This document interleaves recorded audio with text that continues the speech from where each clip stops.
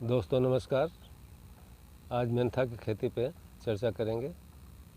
Mentha एक ऐसी फसल है जो जायद ऋतु में तैयार की जाती है और ये तेल निकालने के लिए है। आसवन विधि से इसका तेल निकाला जाता है और इस तेल को विभिन्न प्रकार की दवाओं में और कॉस्मेटिक बनाने में प्रयोग किया जाता है। मेंथा की खेती काफ़ी समय से हो रही है, लेकिन अब मेंथा की खेती में कुछ दिक्कतें बढ़ गई हैं। दिक्कतें बढ़ने का मेन कारण है कीट मतलब कीड़े जो फसल में लगते हैं, ये कई तरह से नुकसान करते हैं। पहला कीड़ा जो ज़मीन के अंदर से लगता है और निमेटोड और दीमक है। दीमक तो किन्हीं किन्हीं क्षेत्रों में है, लेकिन निमेटोड प्रायः सभी ज़मीनों में पहुंच गया है और निमेटोड के द्वारा फसल को नुकसान पहुंचाने पे फसल की बढ़वार रुक जाती है। कितना भी प्रयास किया जाए, कितने भी टॉनिक डाले जाएं, कितनी खाद डाली जाए, लेकिन पौधे का विकास नहीं होता है और पौधे का विकास न होने के कारण तेल का उत्पादन बहुत कम हो जाता है। इसके लिए अगर हम बात करें कि निमेटोड का कंट्रोल कैसे किया जाए, निमेटोड का कंट्रोल अगर आप अपने खेत में गेंदा लगाएं, गेंदा लगाने से निमेटोड का कंट्रोल हो जाता है। लेकिन सब किसान अगर गेंदा लगा देंगे तो उसकी बिक्री का कोई सही स्थान नहीं। इसके अलावा पेस्टिसाइड में फ्यूराडान 3G का प्रयोग किया जाता है, जिसका असर केवल 45 दिन रहता है और 45 दिन बाद निमेटोड फिर जोर पकड़ लेता है और जब फसल की बढ़वार की अवस्था होती है, पत्तियां मोटी होने की अवस्था होती है, उस अवस्था में पुनः निमेटोड लग जाता है और हम एक बार फिर फेल हो जाते हैं। इसके लिए धन्वंतरी डिस्ट्रीब्यूटर प्राइवेट लिमिटेड सतारा महाराष्ट्र ने एक प्रोडक्ट तैयार किया है जिसका नाम है सॉइल गार्ड। सॉइल गार्ड एक ऐसा प्रोडक्ट है जो कीड़ों को मारता है, फंगस को मारता है और निमेटोड को कंट्रोल करता है।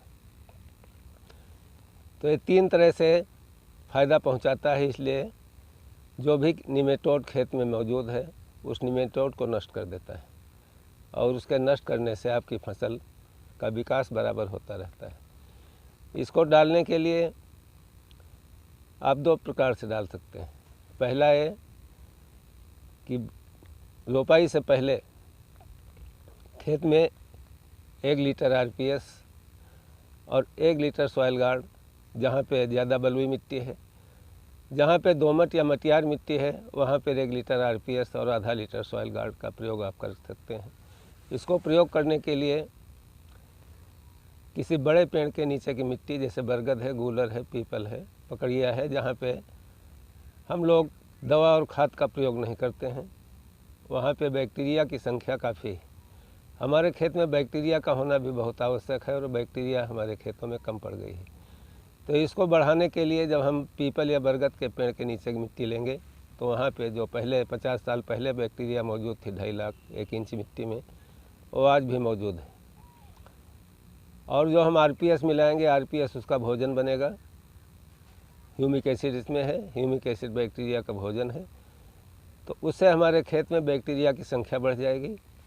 साथ ही साथ जब हम सॉइल गार्ड मिलाएंगे, सॉइल गार्ड हमारी ज़मीन में जो निमेटोड लगा है उसको कंट्रोल करेगा। साथ ही साथ पौधे पे जो फंगस का अटैक होता है, फंगस का अटैक नहीं होगा। तो इस तरह से करीब 20-25 किलो मिट्टी में, बलुई मिट्टी में 1 लीटर और दोमट और मटियार में आधा लीटर सॉइल गार्ड और 1 लीटर RPS को मिला के खेत में बिखेर के जुताई करके पाटा लगा देना है।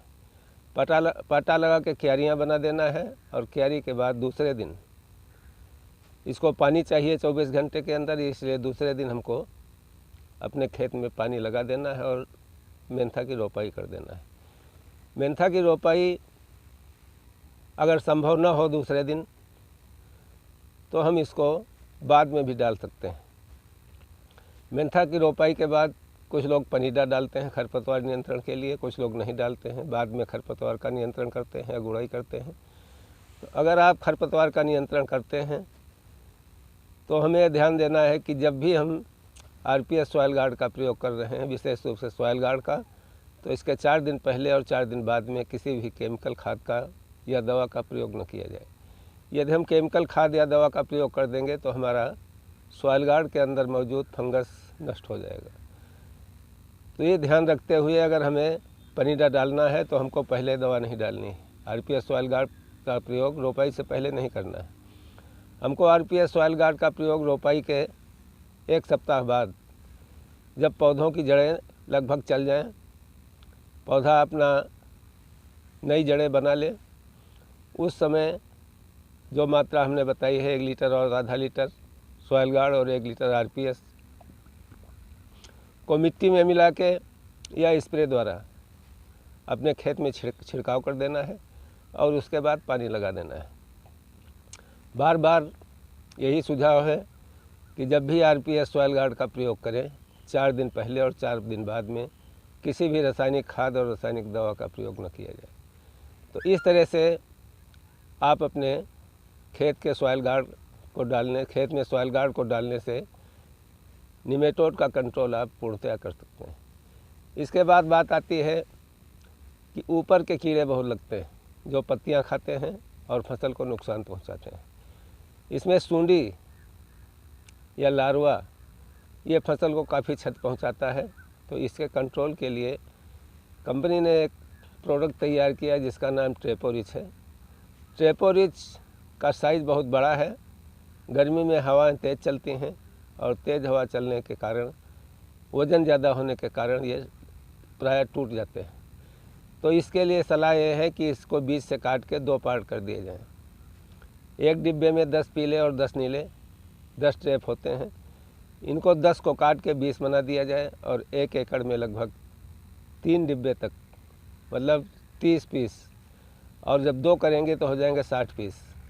60 पीस प्रति एकड़ के हिसाब से किसी लकड़ी के सहारे फसल की ऊंचाई से लगभग 1 फीट ऊपर टांग देते हैं। तो इससे क्या होता है, जो लार्वा पैदा करने वाली, सूंडी पैदा करने वाली मक्खी है, वो मक्खी जब खेत में आएगी तो इसमें चिपक जाएगी और उसके चिपक जाने से उसकी जीवन लीला वहीं समाप्त हो जाएगी और हमारे खेत में वो अंडे नहीं दे पाएगी। जब अंडे नहीं दे पाएगी तो हमारे खेत में कीड़ों का प्रकोप नहीं होगा। देखा गया है कि 5 बार, 6 बार, 7 बार तक लोग मेंथा की फसल में कीटनाशक का प्रयोग करते हैं। इससे 2-3 नुकसान हैं। पहला नुकसान ये है कि हमारी लागत बहुत बढ़ जाती है। दूसरा नुकसान ये है कि हमारी फसल विषैली हो जाती है। तीसरा नुकसान ये है कि हमारे ज़मीन पर बार बार पेस्टिसाइड के प्रयोग से ज़मीन के अंदर मौजूद बैक्टीरिया नष्ट होती रहती है, ज़मीन का स्ट्रक्चर भी खराब होता रहता है। तो अगर हम ट्रेपोरिच का प्रयोग करेंगे तो ट्रेपोरिच के प्रयोग से कीड़ों का नियंत्रण हो जाएगा और हमारी फसल पे ये कीड़े अटैक नहीं करेंगे। जब फसल आपकी 15 दिन की हो जाए उससे पहले अपने खेत में ट्रेपोरिच का लगाना आवश्यक है, क्योंकि जब कीड़े आपके खेत में आ जाएंगे और अंडे दे चुके होंगे तब रोकथाम करना ज़्यादा कठिन हो जाता है। अगर आपके खेत में 15 दिन से ज़्यादा समय हो गया है तो आप धनवंतरी का इम्नोरिच 50 ml प्रति टंकी के हिसाब से छिड़काव करना है, जिससे जो कीड़े आपके खेत में हो कीड़े खेत से बाहर निकल जाएं और अपना ट्रेपोरिच लगा के आप कीड़ों को कंट्रोल कर सकते हैं। अगली बात यह है कि हमारी मेंथा की फसल में तेल का उत्पादन पत्तियों से ज़्यादा मिलता है। पत्ती का चौड़ी और मोटी होना आवश्यक है। तो हमारा एक प्रोडक्ट सिल्कोरिच ऐसा प्रोडक्ट है जो सिलिकॉन से बनाया गया है। और सिलिकॉन एक ऐसा तत्व है जो अगर कीड़े लगे हुए हैं तो कीड़ों के बॉडी में छेद कर देता है, उनको पंचर कर देता है और उनके अंदर जो मटेरियल होता है, खून या पानी, प्रोटोप्लाज्म, उसको बाहर निकाल देता है। कीड़े सूख के मर जाते हैं। दूसरी चीज़ ये कि ये एक ऐसा तत्व है जो 17वां तत्व माना गया है। फसल को 16 तत्वों की ज़रूरत थी, 3 तत्व वायुमंडल से मिलते थे, 11 तत्व भूमि से चाहिए थे, लेकिन अब 17 तत्व हो गए हैं। तो उसमें सिलिकॉन जो है एक तत्व हो गया है, उसकी ये पूर्ति करता है। इसका असर पौधे पर क्या पड़ता है, इसकी पत्तियां चौड़ी हो जाती हैं और मोटी हो जाती हैं। जब चौड़ी और मोटी पत्तियां हो जाती हैं तो हमारे फसल का उत्पादन बढ़ जाता है, तेल अच्छा निकलता है। तो इसलिए सिल्कोरिच का प्रयोग हमको 1 किलो 1 एकड़ में करना है। 7 ग्राम प्रति लीटर के हिसाब से इसका घोल बना के अपने पौधों पे छिड़काव करना है। विषम परिस्थितियों में यदि सुंडी का प्रकोप फिर अगर सुंडी का प्रकोप मिले तो हमारा क्रॉप गार्ड 50 ml प्रति टंकी के हिसाब से छिड़काव कर देना है। इसमें बवेरिया बैसियाना और बीटी 2 चीज़ें मिलाई गई हैं। बीटी कीड़े पे वायरस पैदा करता है और बवेरिया बैसियाना भी वायरस पैदा करता है। यह दोनों कीड़े पे वायरस करके और कीड़ों को नष्ट कर देते हैं। इस तरह से आप अपनी मेंथा की फसल को बहुत ही कम खर्चे में और विष मुक्त तैयार कर सकते हैं और अच्छा उत्पादन ले सकते हैं। धन्यवाद।